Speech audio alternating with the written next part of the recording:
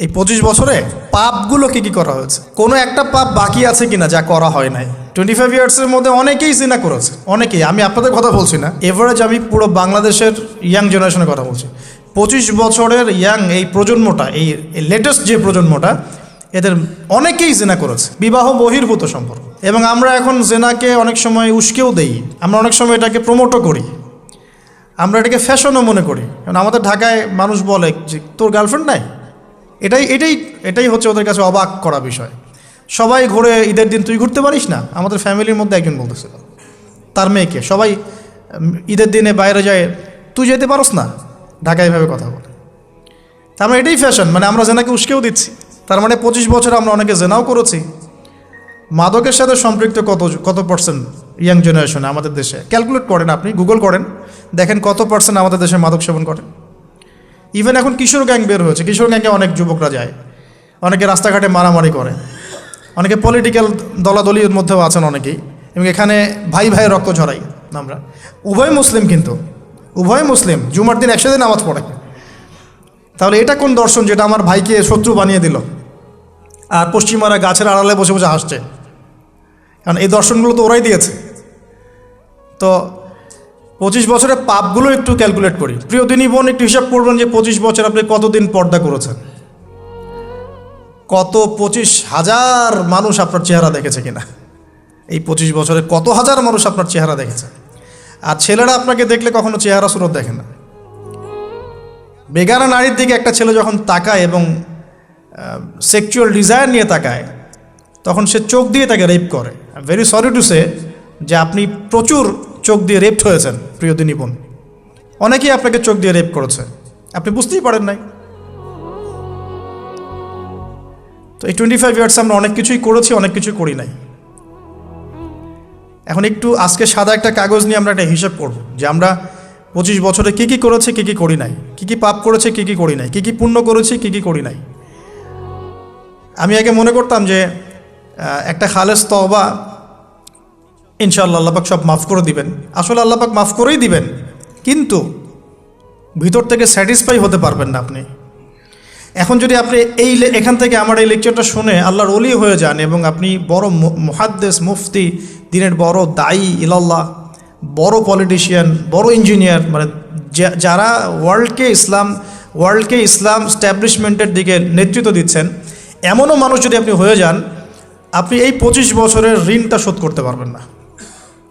এই 25 বছরের ঋণ আপনাকে প্রতিনিয়তই ভিতরে ধুকিয়ে মারবে আর কি, যেটা আমাদেরকেও মারে ভিতর থেকে। যে আমরা যদি আগে থেকে বিষয়গুলো বুঝতাম, যদি আরও আগে থেকে স্টাডি করতে পারতাম, আরও বেশি যদি আমি আলেম ওলামার সাথে মিশতে পারতাম, আরও যদি বেশি গভীরে যেতে পারতাম, তাহলে কতই না ভালো হতো।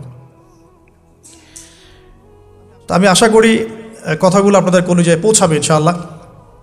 এখন লাইফের এটা সবচেয়ে ভাইটাল পার্ট। এই সম্পর্কে আমি জাস্ট 2টা হাদিস বলে আস্তে আস্তে কনক্লুশনের দিকে যাচ্ছি।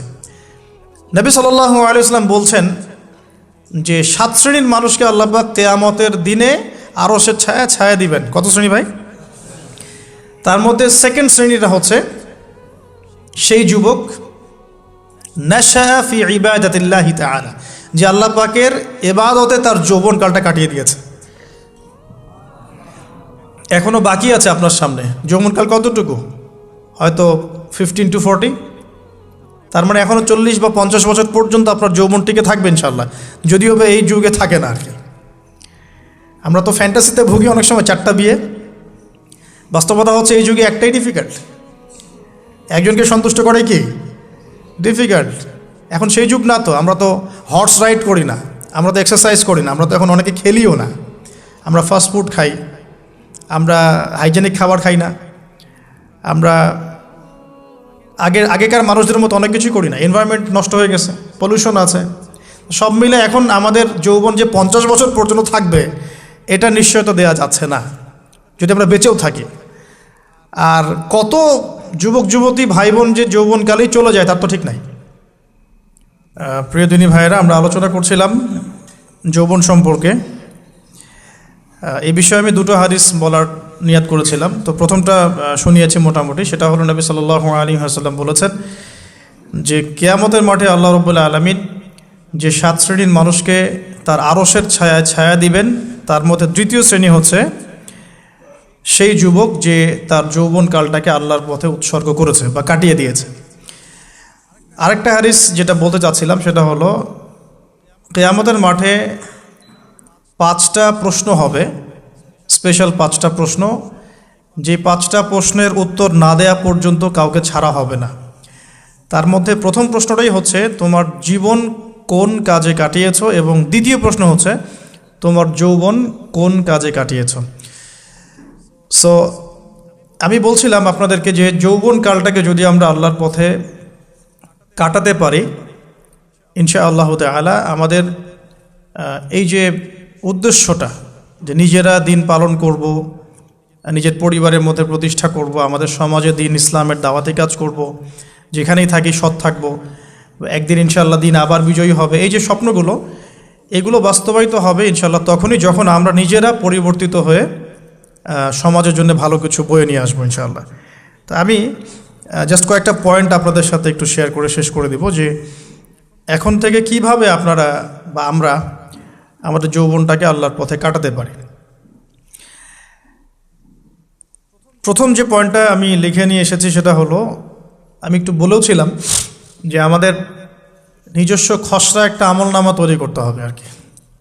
আজকে আমরা সেটা করতে পারি বাসায় গিয়ে, যে আমরা যদি আমাদের গড় আয়ু হয় 60 বছর, তাহলে আমরা এখন কতটুকু সময় পেতে পারি, আর এই সময়টুকুর মধ্যে আমাদের টার্গেট কি, আমরা আসলে কি চাচ্ছি, কি অ্যাচিভ করতে চাই, যা চলে গেছে এই সময়টুকুর মধ্যে আমরা কিভাবে আল্লাহর রহমত পাবো, ক্ষমা পাবো কিভাবে। যা চলে গেছে এর মধ্যে অনেক নামাজ কাজা থাকতে পারে, রোজা কাজা থাকতে পারে। অনেক সময় এমন হতে পারে যে আমরা অন্যের হকও নষ্ট করেছি। প্রথম যে কাজটা করা উচিত সেটা হলো খালেস তওবা। 1 নাম্বার তাহলে আমরা বলতে পারি, যদি আমরা এখন সংকটগুলো চিহ্নিত করে সমাধানের পথে হাঁটতে চাই, তাহলে আমাদের যৌবনটা আল্লাহর পথে উৎসর্গ করা ছাড়া কোনো অপশন নাই। উৎসর্গ বলতে আমি বোঝাচ্ছি কাটিয়ে দেয়া, আল্লাহর ইবাদত করে কাটিয়ে দেওয়ার কোনো বিকল্প নাই। তার জন্য প্রথমত আমাদের নিজেদের জীবনের কৃতকর্মগুলোর হিসাব নিকাশ মেলাতে হবে, 1 নাম্বার। আর 2 নাম্বার হচ্ছে বিশুদ্ধ তওবা করে আল্লাহর পথে ফিরে আসতে হবে। বিশুদ্ধ তওবা কিভাবে করব এটা আমরা অনেকে বুঝি না। অনেকে মনে করি যে মুখ দিয়ে জাস্ট আস্তাগফিরুল্লাহ বললেই হয়তো তওবা হয়ে যায়। বিষয়টা এমন নয়। বিশুদ্ধ তওবা হচ্ছে আপনি আল্লাহর দিকে পরিপূর্ণ অভিমুখী হবেন, রুজু করবেন, এর নাম হলো বিশুদ্ধ তওবা। যে পাপগুলো করেছি এগুলোর জন্য ক্ষমা চাওয়া, এই পাপগুলো কোনোদিন করব না এরকম প্রত্যয় ব্যক্ত করা, আর যদি অন্যের সাথে সম্পৃক্ত কোনো হক থেকে থাকে সেটা ফেরত দেওয়া। তো আমরা আজকে গিয়ে সুন্দর করে ওযু করে 2 রাকাত নামাজ পড়তে পারি। 2 রাকাত নামাজ পড়ে আমরা আল্লাহকে বলতে পারি যে আস্তাগফিরুল্লাহাল্লাযী লা ইলাহা ইল্লা হুয়াল হাইয়ুল কাইয়্যুম ওয়া আতুবু ইলাইহি। আল্লাহ, আমি আমার জীবনের এই যে একটা বড় সময় তোমার থেকে দূরে ছিলাম, নামাজ কাজা হয়েছে, রোজা কাজা হয়ে গেছে, চোখের হেফাজত হয় নাই, জিনা হয়ে গেছে নাউযুবিল্লাহ, মাদকের সাথে সম্পৃক্ত ছিলাম নাউযুবিল্লাহ, আমরা মিউজিক্যাল ইনস্ট্রুমেন্ট প্লে করেছি, ইত্যাদি ইত্যাদি। এগুলো থেকে আল্লাহ আমরা আজকে তোমার কাছে তওবা করছি, ক্ষমা চাচ্ছি, এবং আগামী দিনগুলোতে তোমার হুকুম আহকাম মেনে চলার তৌফিক চাচ্ছি। 2টো জিনিস খুব প্রয়োজন, একটা হলো তৌফিক, একটা হলো দোয়া। আপনার প্রচেষ্টা আল্লাহর কাছে দোয়া করতে থাকা এবং আল্লাহর কাছে তৌফিক কামনা করতে থাকা। আল্লাহ পাক যাকে ইচ্ছা তাকে তৌফিক দিয়ে থাকেন। আল্লাহ রাব্বুল আলামিন যাকে ইচ্ছা তাকে তৌফিক দিয়ে থাকেন। যে আল্লাহর কাছে যত বেশি চাইবে আল্লাহ পাক তত বেশি দিবেন ইনশাআল্লাহ।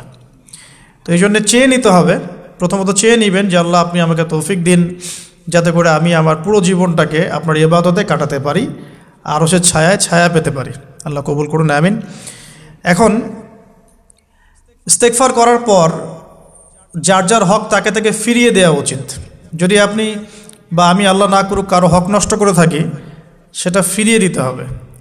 এই হক নষ্ট ফিরিয়ে দেওয়ার মানে এটা নয় যে গার্লফ্রেন্ডকে কথা দিয়েছিলেন বিয়ে করবেন, সেখান থেকে ফিরে আসা যাবে না। ব্যাপারটা কিন্তু এমন নয় আর কি।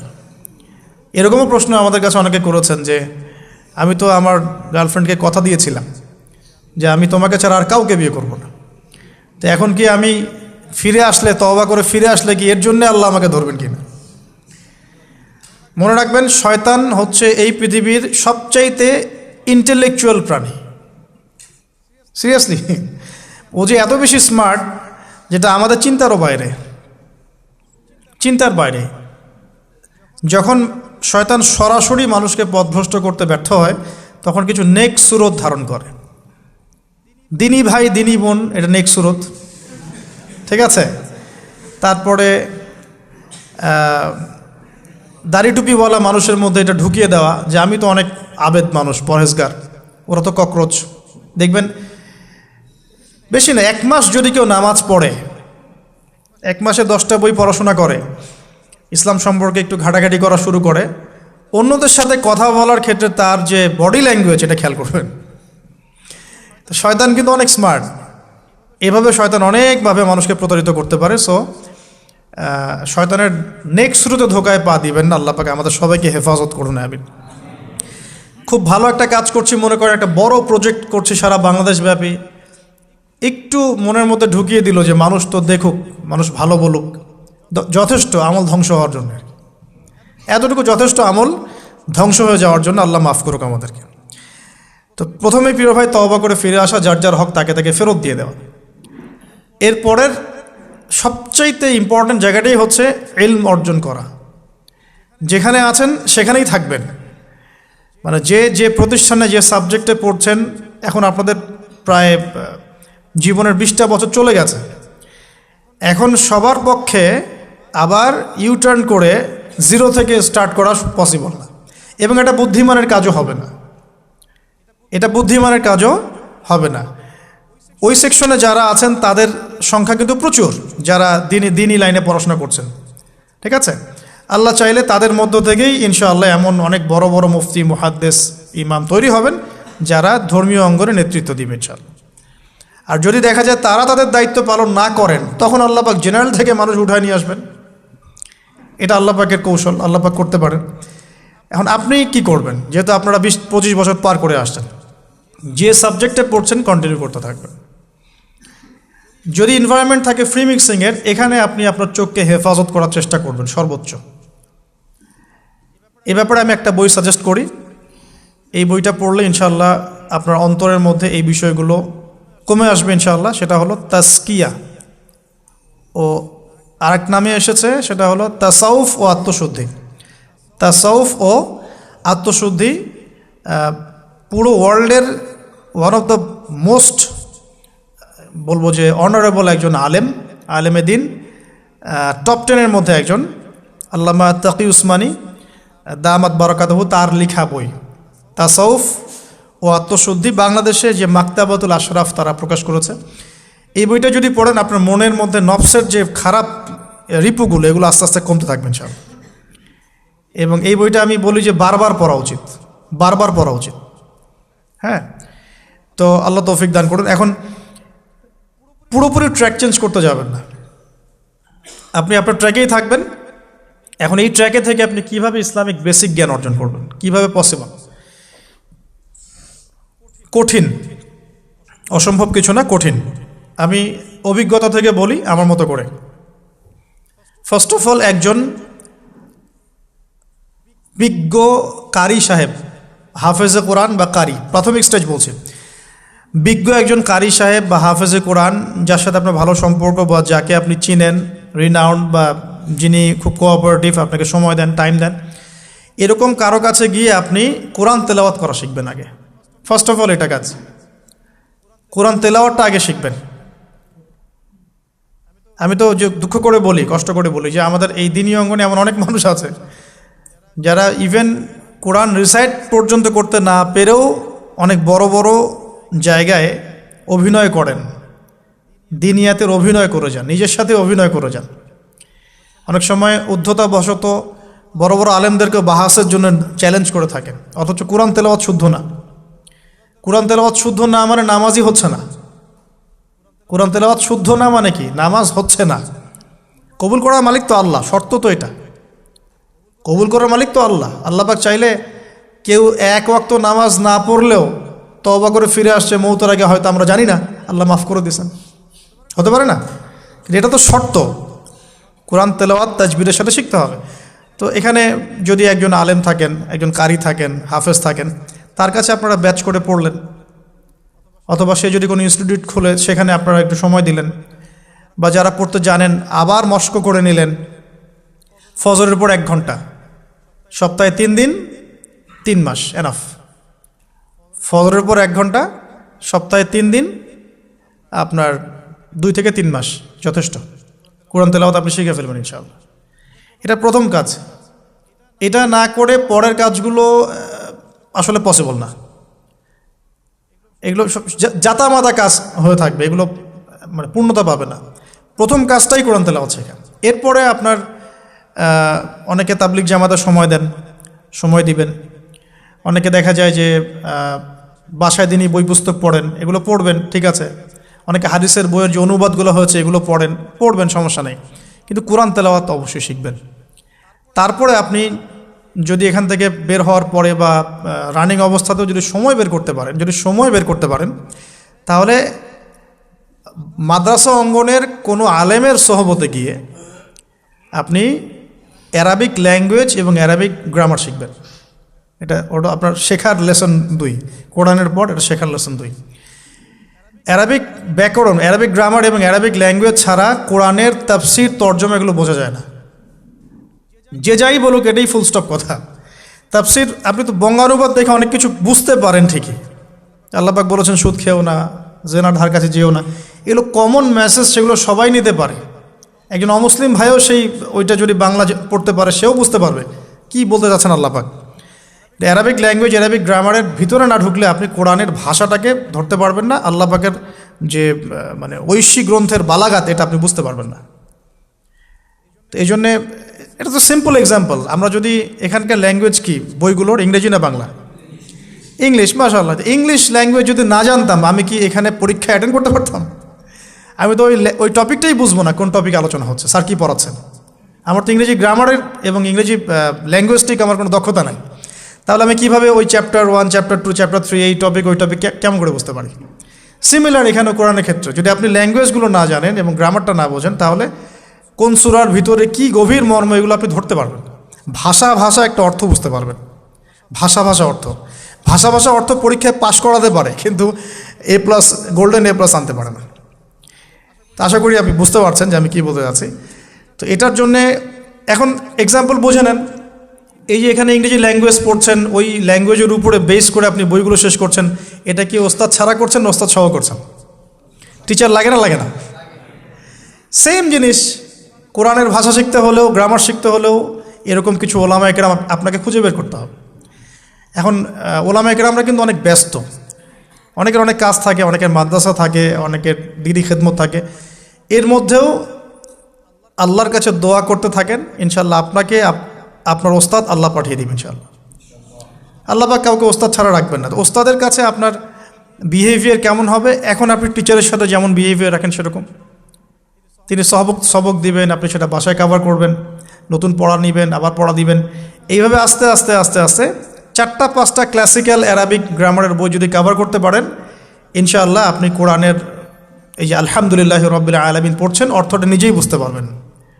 হ্যাঁ, যালিকাল কিতাব লা রাইবা ফিহি হুদাল লিল মুত্তাকিন পড়ছেন, আপনি নিজেই বুঝতে পারবেন যে আল্লাহ পাক কী বলছেন আমাকে। তো এই যোগ্যতাটা অর্জন না করলে সত্যিকার অর্থে আমরা যে কোরআনিক সমাজ যেটা বলি আর কি বড় গলায়, এটা আসলে বাস্তবায়িত হবে না, তা আমার মত। আর এরপরে আপনি আরও উঁচু লেভেলে যদি পড়তে পারেন, যে পড়াশোনা শেষ, আপনার জব সেকশন নিশ্চিত, আপনার সময় আছে মাশাআল্লাহ, এখন এই সময়ের মধ্যে আপনি চাইলে হাদিসের যে কিতাবগুলো, হাদিসের বেসিক কিতাবগুলো মোতাআলা করতে পারেন। যে কাজটা আমি এখন করছি আর কি, হাদিসের বেসিক কিতাবগুলো আপনি মোতাআলা করতে পারেন। এটার জন্য অ্যারাবিক এবারত পড়ার যোগ্যতা অর্জন করতে হবে। এটা কি জিনিস? এটা হচ্ছে জবর জের পেশ ছাড়া আরবি পড়ার যোগ্যতা। এখন যে কোরআন তেলাওয়াতটা আপনি শিখবেন, সেটা হচ্ছে জবর জের পেশ দেয়া কোরআন আপনি পড়বেন, তাই না? কিন্তু হাদিসের যে বইগুলো আছে, এই বইগুলোর মধ্যে কিন্তু কোনো জবর জের পেশ দেয়া থাকে না। মৌলিক কিতাবের কথা বলছি, মৌলিক যে বইগুলো। অনেকে মনে করেন অনুবাদ করা বইগুলোই মনে হয় মূল বই, এগুলো হচ্ছে ওই বইগুলোর অনুবাদ, আংশিক অনুবাদ, পুরোপুরি অনুবাদ নয়। মূল বইগুলো পড়তে হলে এবারত পড়ার যোগ্যতা অর্জন করতে হবে। এটা level 3, Arabic grammar, Arabic language শেখার পর এই লেভেলে মানুষ যায়। আর একটু ধাপগুলো চিন্তা করতে থাকেন, কোন ধাপে গিয়ে কোন বইগুলো পড়তে হয়। আর অনেক সময় আমরা কি উদ্ধত আচরণটাই না করি হুজুরদের সাথে, আলেমদের সাথে, স্কলারদের সাথে। বিকজ আমাদের সামনে একটা চমৎকার প্ল্যাটফর্ম আছে ফেসবুক, তাই না? এখানে তো মানে রাত দিন, দিন আর রাত একে, রাতকে দিন বানানো যায়, দিনকে রাত বানানো যায়। হ্যাঁ, এখানে ওই যে আলোর প্রতিসরণের মতো হয় আর কি, সাইজ এতটুকু, বিম্ব হবে এত। তো আল্লাহ মাফ করুক আমাদেরকে। এখন হাদিসের মোতালা যদি করতে না পারেন, ওই পর্যায়ে যেতে না পারেন, তাহলে কি? তাহলে ওই হাদিসের মধ্যে যে কিতাবগুলো বাজারে অনুবাদ হয়েছে ওগুলো পড়তে হবে। যেমন অনুবাদ হয়েছে ফয়জুল কালাম। ফয়জুল কালাম একটা হাদিসের কিতাব, মাদ্রাসায় পড়ানো হয়। এর মধ্যে চমৎকার অনেকগুলো হাদিস আছে, প্রায় সম্ভবত 1000-এর বেশি হবে। এরপরে মোতালা করতে পারেন আপনি মিশকাতুল মাসাবিহ, এই বইটাও অনুবাদ হয়ে গেছে, এটাও ভালো কিতাব মাশাআল্লাহ। এরপরে আছে রিয়াদুস সালেহিন, এটাও একটা চমৎকার কিতাব। বুলুগুল মারাম মিন আদিল্লাতিল আহকাম, এটা একটা কিতাব আছে, এটাও মোতালা করতে পারেন হাদিসে। এরপরে আছে আপনার এখন যেটা বলছি, ইসলামিক ফাউন্ডেশন হয়েছে অনেক আগেই। এছাড়া বাংলা বাজার ঢাকায় যে ইসলামিক লাইব্রেরিগুলো, প্রকাশনা সংস্থাগুলো আছে, তারা মোটামুটি আবু দাউদ, তিরমিজি, নাসাই, ইবনে বাজা, কোনো প্রকাশনী বুখারী মুসলিমের কিছু ভার্সনও অনুবাদ করেছে। তবে এই উঁচু লেভেলের হাদিসের কিতাবগুলো শুরুতেই হাত দেওয়া যাবে না, এটা একটা মাথায় রাখবেন। শুরুতেই এই বড় বড় কিতাবগুলো হাত দেওয়া যাবে না। প্রথমে মানে আমরা তো আগে এসএসসি ইন্টার পাস করে এখানে আসছি না, নাকি আগে ডাইরেক্ট এখানে ভর্তি হয়েছে? একই বিষয়। ওরকম ফয়জুল কালামের মতো বইগুলো আগে পড়তো, ফয়জুল কালাম, আলফিয়াতুল হাদিস, রিয়াদুস সালেহিন, মিশকাত, এগুলো আগে পড়বেন। তারপরে গিয়ে যদি যোগ্যতা হয় ওই বইগুলো হাত দিবেন। তবে অনেক সময় দেখা যাবে একটা হাদিস বুঝতে পারছেন না, কোরআনের আয়াত বুঝতে পারছেন না, ওই অবস্থাতেই ওই হাদিস এবং ওই কোরআনের আয়াতকে রেখে দিবেন। এটাকে নিয়ে কোনো রকমের কনক্লুশনে চলে যাবেন না, আর ওইটাকে নিয়ে প্রচার করতে যাবেন না। বরং এগুলোকে একত্রিত করে সপ্তাহে একদিন আবার আলেমের কাছে চলে গেলেন, ওস্তাদ এগুলো বুঝি নাই, লাস্ট উইকে আমি এগুলো পড়েছি, এটা বুঝি নাই, তিনি বুঝিয়ে দিবেন ইনশাআল্লাহ। এগুলো পড়াশোনা। এর পাশাপাশি আমি বলছি বিষয়ভিত্তিক ইতিহাসের বই চলে আসছে, ইসলামের ইতিহাসের বই চলে আসছে। তারপরে সিরাতের অনেক বই বাজারে চলে আসছে, প্রায় 40-45টা বই পাওয়া যায় সিরাতের এখন বাংলাদেশে। তারপরে ফিকহের অনেক বই অনুবাদ হয়ে গেছে। এছাড়া আকিদার অনেক বই পাওয়া যায়। সবচেয়ে ভালো হয় যে আকিদা তাহাভিয়া বইটা পড়তে পারেন, এই বইটা পড়লে অনেক চমৎকার হবে। এর পাশাপাশি বরেণ্য ওলামায়ে কেরামদের বই পড়বেন। মানে বরেণ্য ওলামায়ে কেরাম কারা? যারা পুরো ইসলামিক বিশ্বে স্বীকৃত, যারা কোনো সাম্প্রদায়িকতা বিলং করেন না, যে আমি এই সম্প্রদায়ের মানুষ, আমি ওই সম্প্রদায়কে মুসলিম মনে করি না, এরকম না। যারা বরেণ্য, রিনাউন্ড ওলামায়ে কেরাম সারা ওয়ার্ল্ডে। এই যে বললাম আল্লামা তাকি উসমানী হাফিজাহুল্লাহ, একজন বরেণ্য আলেম, তার যে কোনো কিতাব চোখ বন্ধ করে পড়তে পারেন, কোনো সমস্যা নেই। বাংলাদেশে আব্দুল মালেক সাহেব হাফিজাহুল্লাহ, মারকাজুদ দাওয়ার পরিচালক, একজন বরেণ্য আলেম। আশরাফ আলী থানভী রহিমউল্লাহ একজন বরেণ্য আলেম। হানাফি কওমের ফিকহে এরকম অনেক বরেণ্য ওলামায়ে কেরাম আছেন। তারপরে আরবের মধ্যে এমন অনেক বরেণ্য আলেম আছেন, শাইখ উসাইমিন, শাইখ বিন বাজ, সালেহ আল ফাওজান, এরকম অনেক বড় বড় আলেম আছেন যারা রিনাউন্ড ওলামায়ে কেরাম। তাদের কিতাবগুলো আপনি পড়তে পারেন, কিন্তু যাদের মানে লেখা এবং গবেষণাগুলো ছাত্র পর্যায়ের, এগুলোকে আপনি প্রামাণ্য বই বানাবেন না। তো প্রামাণ্য বই পড়বেন আর আলেমের সাথে সম্পর্ক রাখবেন। দুটো যখন একসাথে থাকবে তখন আপনি কিছু আটকে গেলেও তার সাথে পরামর্শ করে একটা কনক্লুশন খুঁজে পাবেন। এগুলো জাস্ট বই সংক্রান্ত কথা বললাম। এখন এগুলো হচ্ছে সবচেয়ে বড় বিষয়টা হচ্ছে, এগুলোর চাইতে বেশি বড় বিষয় হচ্ছে যে কোনো একজন, অন্তত পক্ষে একজন, আপনি চাইলে 10 জনের সাথেও রাখতে পারেন, কিন্তু অন্তত পক্ষে একজন মুহাক্কিক আলিমের সাথে আপনি সম্পর্ক রাখবেন পরামর্শের জন্য। অন্তত পক্ষে একজন মুহাক্কিক আলেমের সাথে, মানে হকপন্থী মুহাক্কিক আলেমের সাথে আপনি সম্পর্ক রেখে চলবেন। এটা অনলাইনের যুগ, এটা তো কিন্তু সহজ। আর সম্পর্ক শুধু অনলাইন কেন্দ্রিক হবে এমনটাও বলছি না, তার সাথে সাক্ষাৎ করবেন, তার কাছে নসিহত নেবেন, তার কাছে গিয়ে কিছু পড়বেন, হ্যাঁ, তাকে দেখবেন তিনি কিভাবে আমল করেন, ব্যক্তি জীবনে তিনি কেমন, তিনি আপনাকে কী নসিহত করেন, তার সাথে মিশবেন। সোহবত মানে কি? মানে আমরা কি শুধু টিচারদের মানে পড়াশোনাগুলোই ফলো করি না, টিচারকে দেখিও বটে। আমরা বস্তুবাদী এডুকেশনের ক্ষেত্রে হয়তো অত কেয়ার করি না, টিচার যেটা পড়াচ্ছেন ওটা জাস্ট টুকে নেই, পরীক্ষা পাশ করলেই হইল। আমরা টেন্ডেন্সি এমন, কিন্তু ইসলামিক এডুকেশনটা কিন্তু এমন নয়। সাহাবা একরাম রাদিয়াল্লাহু আনহুম আজমাইন তারা এই আমাদের মতো কাগজের বই পুস্তক পড়ে ইসলাম শেখেন নাই। কীভাবে শিখেছেন তাহলে? সরাসরি নবীকে দেখে শিখেছেন। নামাজ পড়তে গিয়েছেন, দেখেছেন নবী কেমন করে নামাজ পড়েন, দেখছেন নবী কেমন করে হাঁটেন, দেখছেন নবী কেমন করে কাপড় পরেন, দেখছেন নবী কেমন করে আতর ইউজ করেন, কেমন করে তিনি হাসেন, কেমন করে মানুষের সাথে মেশেন, হ্যাঁ, কথা বলার সময় কেমন করে মানুষের দিকে তাকান। খুঁটে খুঁটে একটা একটা করে নিয়ে হাদিসের এক একটা অধ্যায় রচিত হয়েছে। নবী কেমন করে তাকান, নবী কেমন করে মেসওয়াক করেন, নবী কেমন করে হাসেন, এগুলো আপনি অধ্যায় পাবেন। ইভেন আপনি অধ্যায় পাবেন নবী কেমন করে চুল আঁচড়ান। তাহলে আপনি দেখেন সাহাবীরা কীভাবে খুঁতে খুঁতে নবীকে দেখেছেন। বলা হয় আব্দুল্লাহ বিন মাসউদ রাদিয়াল্লাহু আনহু সম্পর্কে, তিনি নবীকে এত বেশি কপি করতেন হাঁটা চলা কথাবার্তায় যে নবী সাল্লাল্লাহু আলাইহি ওয়াসাল্লামের পরের যুগের অনেক মানুষ এসে দ্বিধাদ্বন্দ্বে পড়ে যাইতো যে রাসূল সাল্লাল্লাহু আলাইহি ওয়াসাল্লামকে দেখছি নাকি। এমনভাবে কপি করতেন, এমনভাবে। সো এখানে আমি সোহবতের বিষয়টা বোঝাতে যাচ্ছি যে যে কোনো অন্ততপক্ষে একজন মুহাক্কিক আলেমের সাথে সম্পর্ক রাখবেন, অন্তত একজন। আপনি চাইলে 10 জন 20 জন 50 জনের সাথে রাখতে পারেন, অন্ততপক্ষে একজন যাকে দেখে আপনি শিখবেন, আপনার স্টাডিগুলোকে আপনি যেটা সমস্যা ফেস করছেন সেগুলোকে তার সামনে পেশ করতে পারেন।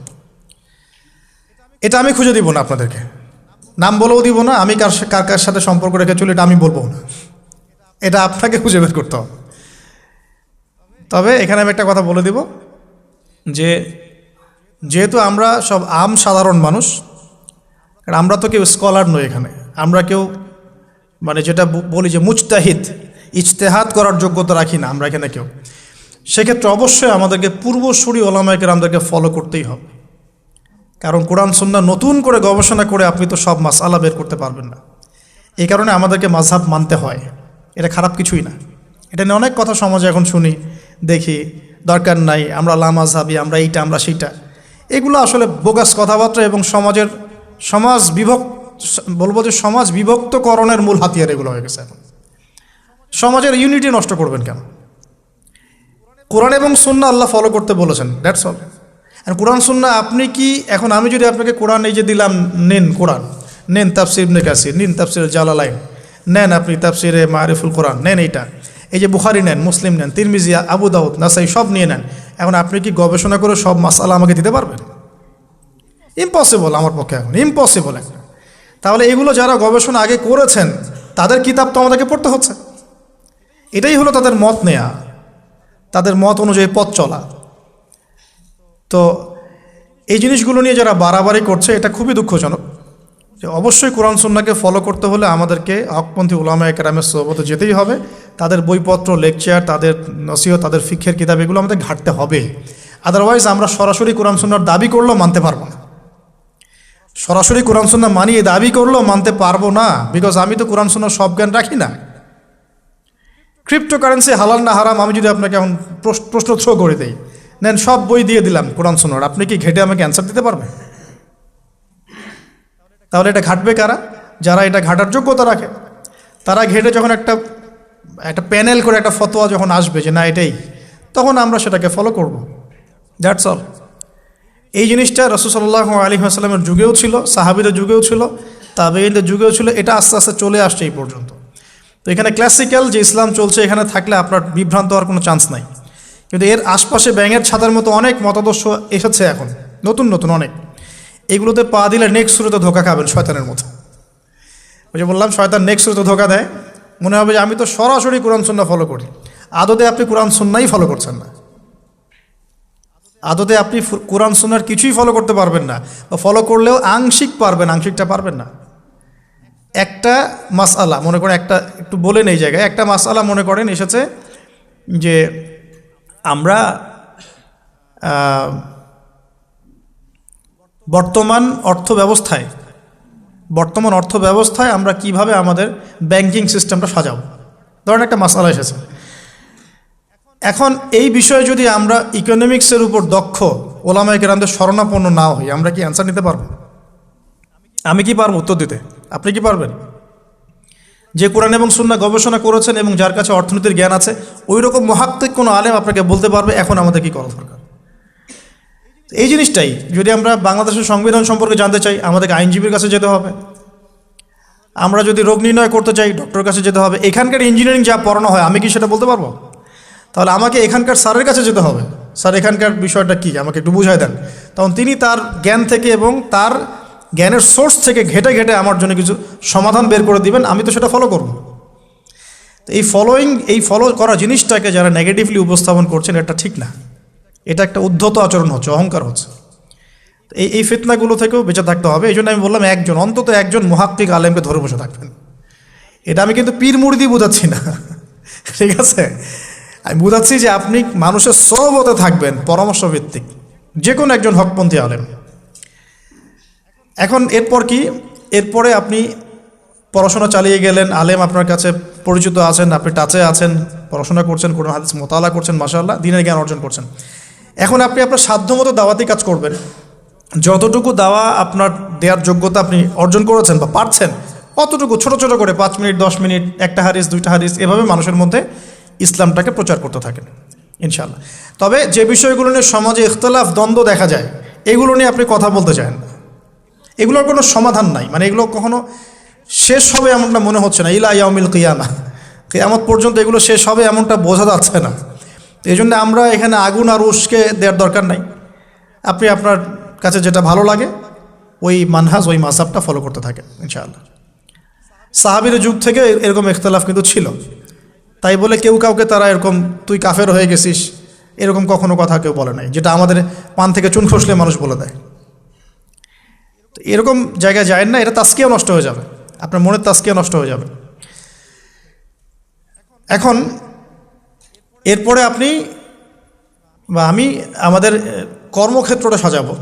যেহেতু আমাদের এখন মাশাআল্লাহ পড়াশোনা হচ্ছে, আলেমদের সাথে আমরা সম্পর্ক রাখছি, শেষ করছি, একটু ধৈর্য ধরেন। কর্মক্ষেত্রটা আমরা সাজাবো। এখন আপনারা বের হয়ে যাবেন, জবে চলে যাবেন মাশাআল্লাহ। এখানে কি, এখানে এমন একটা বিষয় খুঁজে নেওয়ার চেষ্টা করেন যে আপনার যাতে দুনিয়ার আর্নিংসটাও চলে আসে এবং পরকালেরও কাজ হয়। এক্সাম্পল দিচ্ছি আমি একটা, ধরেন যে আমার 4-5টা মাদ্রাসা আছে, কথার কথা, আমি বিভিন্ন মাদ্রাসায় পড়াই। এখানে কি হচ্ছে, আমি ইলম শিক্ষা দিচ্ছি, আমার নিজের চর্চা থাকছে, আমি সেখান থেকে কিছু হালকা পাতলা কিছু বেতনও পাচ্ছি, আমার পরিবার চলে যাচ্ছে। তো পুরো লাইফের পুরো কাজগুলোই কিন্তু তখন দিন কেন্দ্রিক হয়ে গেল, তাহলে সে বেশি লাভবান হলো। এখন আপনাদেরকে এরকম সুযোগ বের করতে হবে যে আপনারা এমন এমন কিছু ক্ষেত্রে যাবেন যেখানে ওই কাজটাই ইবাদত বলে কাউন্ট হবে। টাফ কিন্তু ইম্পসিবল না। বা যদি এমন জব নাও পাওয়া যায়, আপনি হালাল কোনো বৈধ জবে থাকলেন, আপনার রিজিকের একটা অংশ থেকে আল্লাহর পথে সদকা করলেন। আল্লাহ পাকে এর বেশি কিছু আপনার কাছে চাচ্ছেন না। জাকাত ফরজ হয়ে গেলে জাকাত দিলেন, নফল দান সদকা করলেন, এতটুকু। আপনার পরিবারের পেছনে খরচ করলেন, আল্লাহর হক আদায় করলেন, জনগণের আমরা যেটা বলি মানুষের হক সেটা আদায় করলেন। এরপরে আপনার আসবে বিয়ে শাদীর ব্যাপার স্যাপার। বিয়ে শাদীর ব্যাপার স্যাপার আগে আনলাম না কেন? কারণ ওই আত্মনির্ভরশীল না হলে তো মেয়েরা আপনার কাছে আসবে না। ওটা প্রেম করতে পারে, কিন্তু বিয়ের সময় তারা খুব সচেতন। বিয়ের সময় তারা অনেক বেশি কনসিয়াস যে না, সে কী করে এটা দেখতে হবে। এবং মেয়ের বাবা মার প্রথম প্রশ্নই হবে আপনি করেন কি। আপনি সুফি মানুষ, মনে করেন আপনি হচ্ছেন কি বলবো, যে আপনি হচ্ছেন মুহাদ্দিস, আপনি মুফতি, আপনি হচ্ছেন মুফাসসিরে কোরআন, কোনো দাম নাই। মেয়ের মায়ের কাছে এটার কোনো দাম নাই, মেয়ের বাবার কাছে এগুলো কোনো সাবজেক্ট না। ইল্লা মাশাআল্লাহ, এর বাইরেও কিছু মানুষ আছেন, কমন একটা ট্রেন্ড বললাম। প্রথম কোশ্চেন তারা করবেন যে আপনার স্যালারি কত, এবং আপনার জব আছে কিনা, আপনার বাড়ি আছে কিনা, ইত্যাদি ইত্যাদি। এই জন্যই বললাম যে আগে আর্নিং সোর্সটা নিশ্চিত করে তারপরে এদিকে যান, তাহলে সম্মানটা বজায় থাকবে। আত্মসম্মান ছেলেদের একবার নষ্ট হয়ে গেলে তার ফিরে আসে না। আমরা যখন নিচের হাত হই তখন আমাদের আত্মসম্মান বলে কিছু থাকে না। আপনার আর্নিং যদি মাসে 50,000 1 লাখ টাকাও হয়, এই টাকাগুলো কিন্তু খুব বেশি বড় না এখন, কারণ এখন 1,00,000 টাকার মান আর 1,00,000 টাকা নাই, এখন ওটা 50,000 চলে আসছে। আস্তে আস্তে হয়তো আরও কমবে। যারা এগুলো বোঝেন না তারা অযথাই সমালোচনা করেন, কিন্তু আসলে ব্যাপারটা এরকমই হচ্ছে। আমি তাদের হেদায়েতের জন্য দোয়া করি। এখন এইটুকু আর্নিং যদি আপনার হয়, কিন্তু এই আর্নিংয়ে আপনার কারো কাছে হাত পাততে হচ্ছে না, আপনার সম্মান বজায় থাকবে। যখনই আমাদেরকে হাত পাততে হবে আমাদের সম্মানটা কমে যায়। আর যদি কেউ ভুল করে ঘর জামাই হন তাহলে তো অবস্থা খারাপ, ঠিক আছে? তো এই জন্যে আয়ের একটা অংশ নিশ্চিত করতে হবে। এই জন্য একটু সবর করেন। এই সবরের সময়টা কি করবেন? বেশি বেশি ফোন চালাবেন, তাহলে সবর করতে পারবেন না। এই সবরের সময়টুকু মোতাআলা করবেন, পড়াশোনা করবেন, সম রাখবেন, আপনার রোজা রাখবেন, ভালো কাজে ব্যস্ত থাকবেন, ইনশাআল্লাহ প্রবৃত্তি নিয়ন্ত্রণে থাকবে। আর যদি আপনার বিকল্প অপশন থাকে, কৃষি অপশন থাকে, কৃষিকাজের সুযোগ আছে, ব্যবসার সুযোগ আছে, বা আপনার পৈতৃক সম্পত্তি আছে, সেক্ষেত্রে আপনি আগে বিয়ে করে রাখতে পারেন, কোনো সমস্যা নেই। এটা ডিফার করে মানুষের মধ্যে। আল্লাহ পাক আমাদের সবাইকে হালাল রিজিকের ব্যবস্থা করুন, দোয়া করি। রিজিকের এই অংশটুকুর মধ্যে একটা অংশ আল্লাহর জন্য রাখবেন। রিজিকের অংশের একটা অংশ আল্লাহর জন্যে, আর বাকি একটা অংশ পরিবারের জন্যে, একটা অংশ নিজের জন্যে, একটা অংশ বই কেনার জন্যে। এভাবে স্যালারিকে ভাগ করবেন।